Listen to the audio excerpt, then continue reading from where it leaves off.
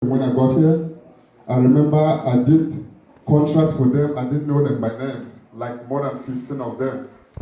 He will always say, this person said, you should do this. I'll ask him who the person is. He will say, just put the name, at least. One of my friends that say he's a good person. So, I trust my friend. That was who he is, who he was. When I got here, we were communicating. Earlier 2016, he came here. That was December, he came here to visit the daughter. And when he went back home, last year, he got so sick. He went to the hospital, they didn't know what was wrong with him. So the doctor called him to come back here for checkup. So he came. He was here for 2 weeks. Then later he was diagnosed with liver cancer. And it was stage 4. And you know how the doctors here are, so they don't hide it. They told him he can only make it like for 3 months, and that was it. But that he can try to do something. And you know who he is? Like, he said he won't stay here. If he wants to die, he will only die in his bed. He decided he was going to go back home. So we sent him back home. God being so kind, we didn't expect him to stay, but like he's been, since then, he lived for like 17 more months. Yeah, when he left here, he wasn't even walking. And I can't forget when he got here, that was during convention. So he struggled, he got there though he was very sick. And he got an hour in which he wasn't aware of. So, and one thing I'm so proud of, 2 weeks before he passed away, he called me and he said, we should work hard, we should always pray, because he don't think he's gonna make it. I tried to like talk to him to encourage him. He said he's already an old man. We always try to like play with our parents. He knows like it's certain he will go. He feels it. But he said one thing he found. He said one thing like, I won't forget that for the rest of my life. He said he found Christ. That's one thing he said. He said whatever happened, we just have to keep praying and keep pushing. At least he strengthened so many of us here. He sent me here. He sent Elton here. He sent my niece, Vera. She's sitting somewhere. And he has 2 of his sons in Britain. Gillian is here. 2 of them are back home. So I think he's trained us a lot. If he's going home now, at least we're not crying. The only thing is we're going to miss him from time to time. So I thank you people so much for coming to share with us, at least to celebrate, as I can call it. So I'll call on Elton, the last one. He will have a word for you guys. Thank you.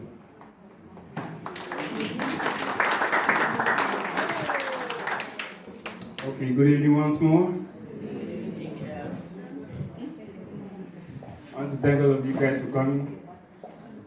I want to correct the notion that this is a week service. It is not. We're here to celebrate Paul's life. I actually wrote a biography that I was going to read out, but Uncle Terrence has basically said everything. So I'm just going to read it out. We are gathered here today to celebrate the life of an impeccable man who, without any doubt, lived his life to the fullest, Mr. Ntisan Wemutop. Some of us here don't know much about him, so I'm going to take the liberty to read out a brief biography about him. He was born on July 26, 1954, in Kuchu, Bello, to parents Tor Joseph and Elizabeth Ntsi, amongst 2 other siblings. Earlier that year, the phone with the name D had disappeared, and the name was ushered to most children born that year. So that's how the name came about, and his stewardship to the palace. Bobe Sam went to CBC school Bello from 1962 to 1970. Basically, every con person here has passed through that school. Then later, he followed his brother, Gamtor Emmanuel, in serving the Cameroon Army in Bangante. He later enrolled in the government school in Bangante, but had to leave to Bafoussam, and finally to Koutaba, where he obtained a French first school living certificate in 1974. For those wondering how Pa spoke French so fluently. However, he returned home the very year to start trading. He sold matches and minyanya, dry fish, consumed by the locals. In 1976 to 77, he got employed in the coal mine as a general laborer. I remember a time he showed me his pay slip, 75 francs, where he used to work. In 1978, he finally settled as a full-time businessman in Three Corners. Bobe got married in 1983 and got blessed with 6 children, as William Wilfred, Ras, Sander, and Elton. Also, besides being a businessman, he was involved in many social groups. He was a devout member of the Bello Baptist Church, where he was a member of the building committee. I remember one Sunday I was in church and it happened to be him giving the praise that Sunday. He could not sing very well, so yeah, but I mean, also he was a board member of MC2 Bello. He was a board member of the Bello Community Radio. He was pioneer board chairman of GSS Acha, and the title you guys commonly know him, Bonjam of Kuchu. So in late 2016, like Uncle Terence said, we came to visit his daughter here in the US, and later on returned to Cameroon. However, his health was not the best, and he had to come back for treatment. After attending to specialist doctors, he was here again for 2 months and then left back for home, where he continued treatment in Bingo Baptist Hospital.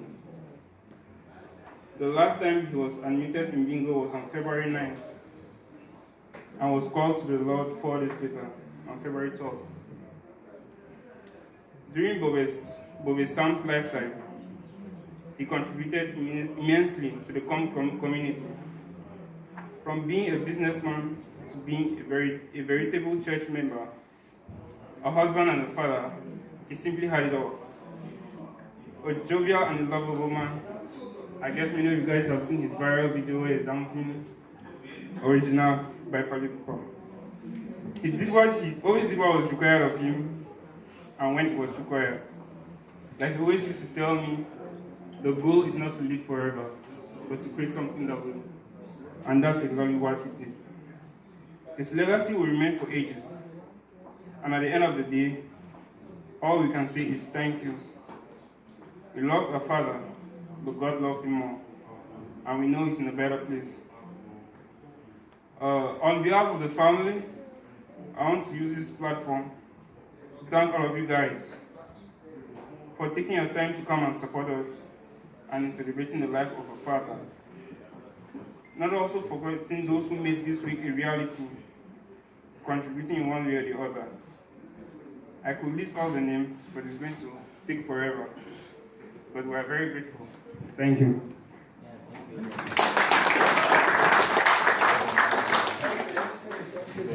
Thank you so much.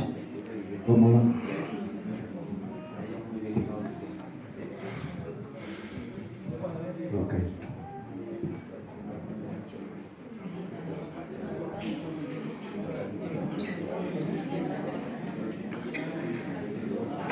Good evening. Good evening. I said good morning. Good morning. Good morning. I didn't hear everybody. Good morning. Good morning. Even though Bobe's sound was soft-spoken, I want to hear a loud good morning. Good morning. Okay. On behalf of the COM community in the United States, I want to sincerely thank you for coming out to honor a great, calm man. I have known Bobe Sam for quite some time as a personal friend, as a family member.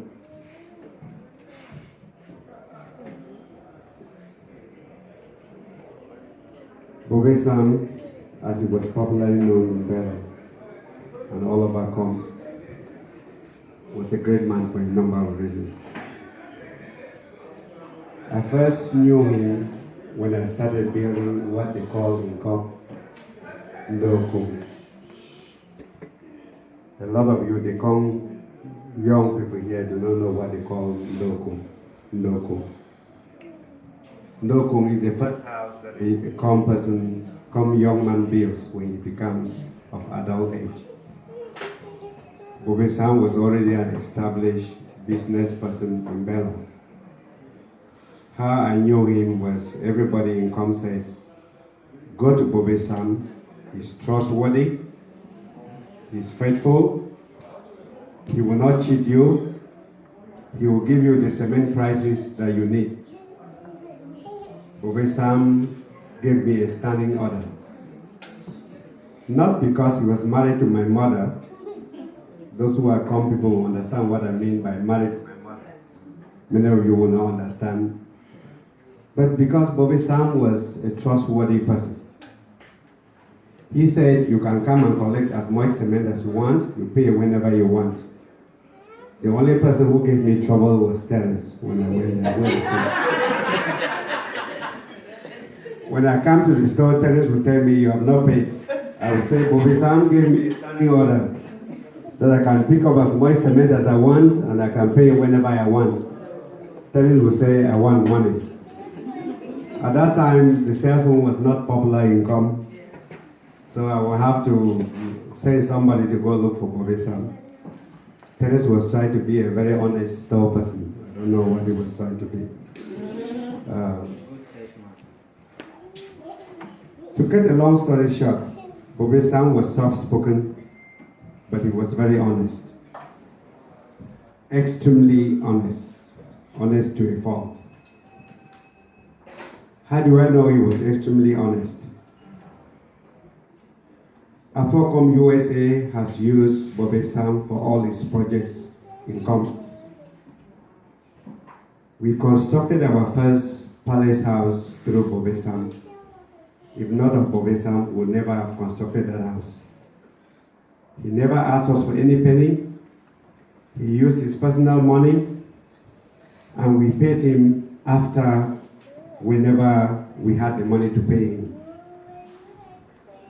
The Com people in New York will attest to what I am saying, because we have carried out several projects in Com. At every moment, at any time, all Bobe Sam needed was a phone call, and he would do whatever we wanted him to do. Actually, those of us who come from the New York chapter of Afocom USA regard Bobe Sam as part of our founding members. He never lived in the US, but he did everything that we wanted him to do for Afocom USA, particularly the New York chapter of Afocom USA. I want to tell Elton and Terence that you may think you have lost your family member. We in New York actually think that we lost one of the most beloved person that we ever had. Because if you ask us now, I don't know about Afocom USA, but I can speak for Afocom New York. If you ask us now, who can we delegate to do anything for Com in us? For us, we cannot name anybody at the moment that I'm speaking. That says a lot for what Bobe Sam meant for us. Not only for us, but for Afocom USA. I came to know him after I finished building my, whatever you call, Ndoko, or whatever you call it. Every time I went to Com, when I became Bomline, Bobe Sam never failed to visit me.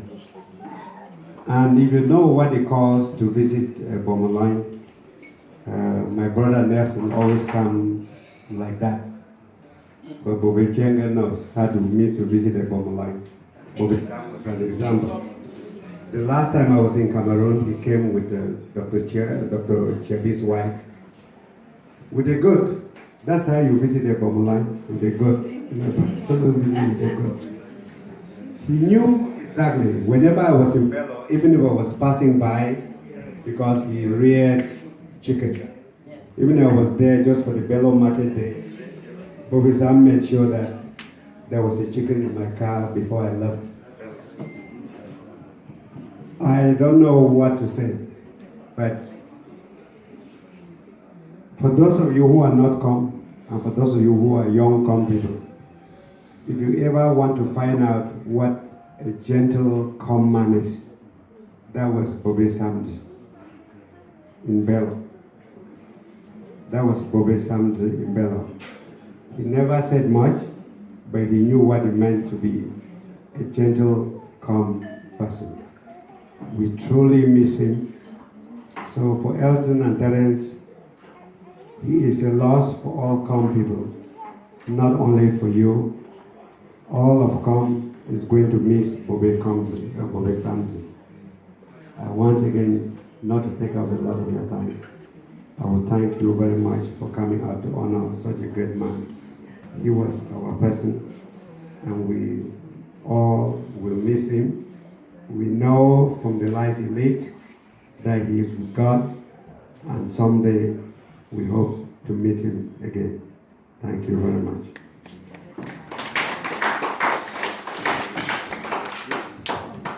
Thank you.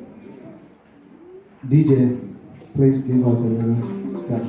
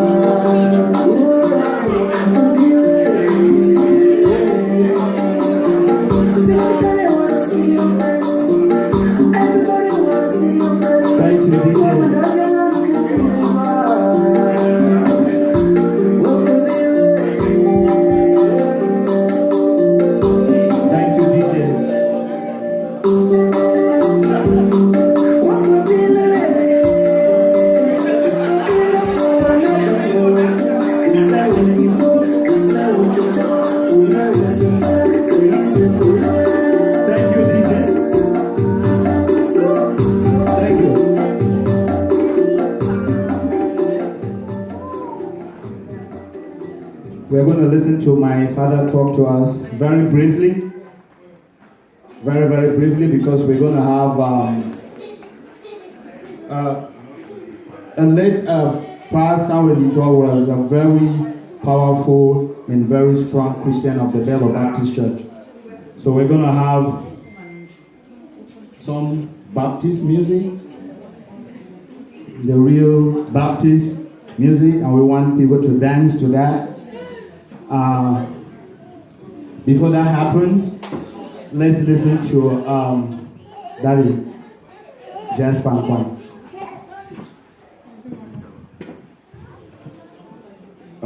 Good morning. Good morning.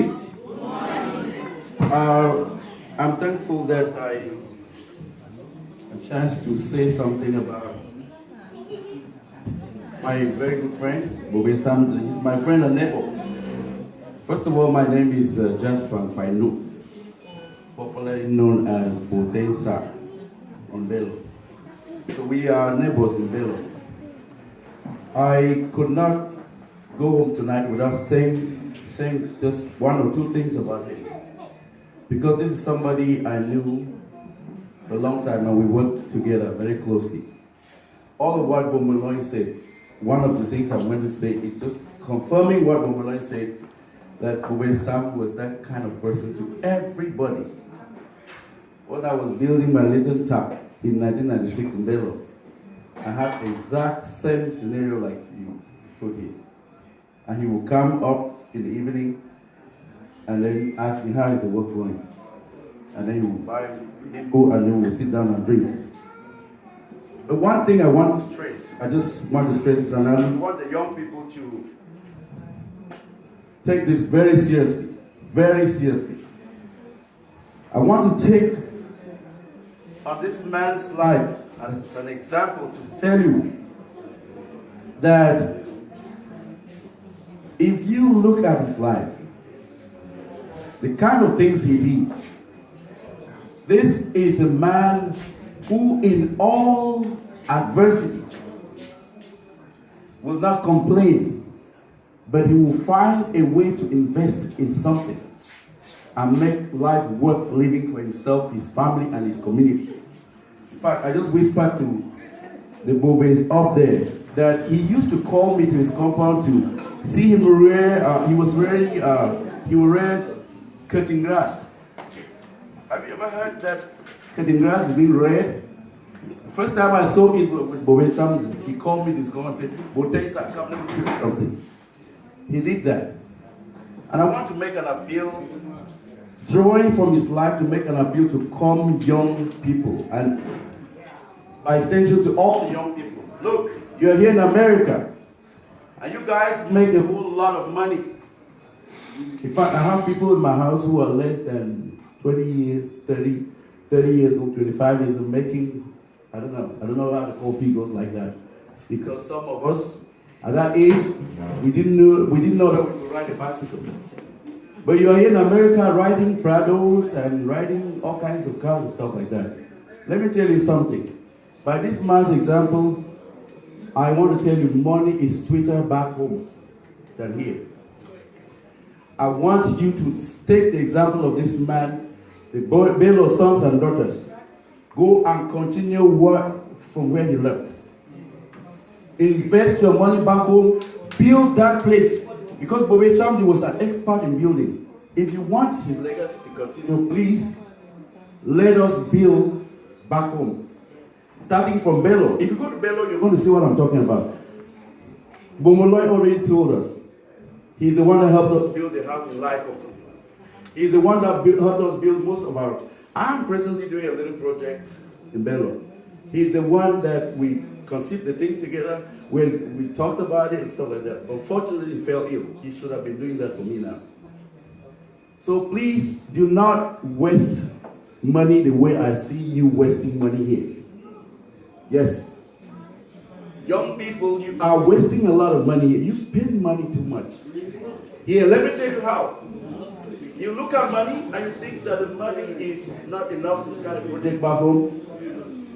And you look at $100 and think it's not enough to save back home. I'm telling you, start with little like that. Because I noticed this, Bobe. When I was a young child in primary school in Anyajwa, he used to come on a bicycle to sell Manyanya to us. He started like that. He used to come on a bicycle, Samzu, selling Manyanya. Do you guys know what Manyanya is? Dino cover eye. Those little fish with a box. He used to die behind his bicycle. And you come to Anyajwa. So please start like that. Don't wait. Do not wait until you have millions or so. Start with little and start with little projects. And let's follow the example of this man. I mean, he has shown me a lot. And this is all I have to say. Thank you.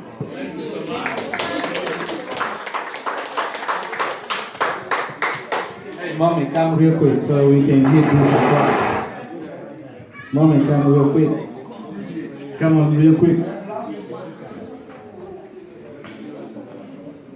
I will testify you are good.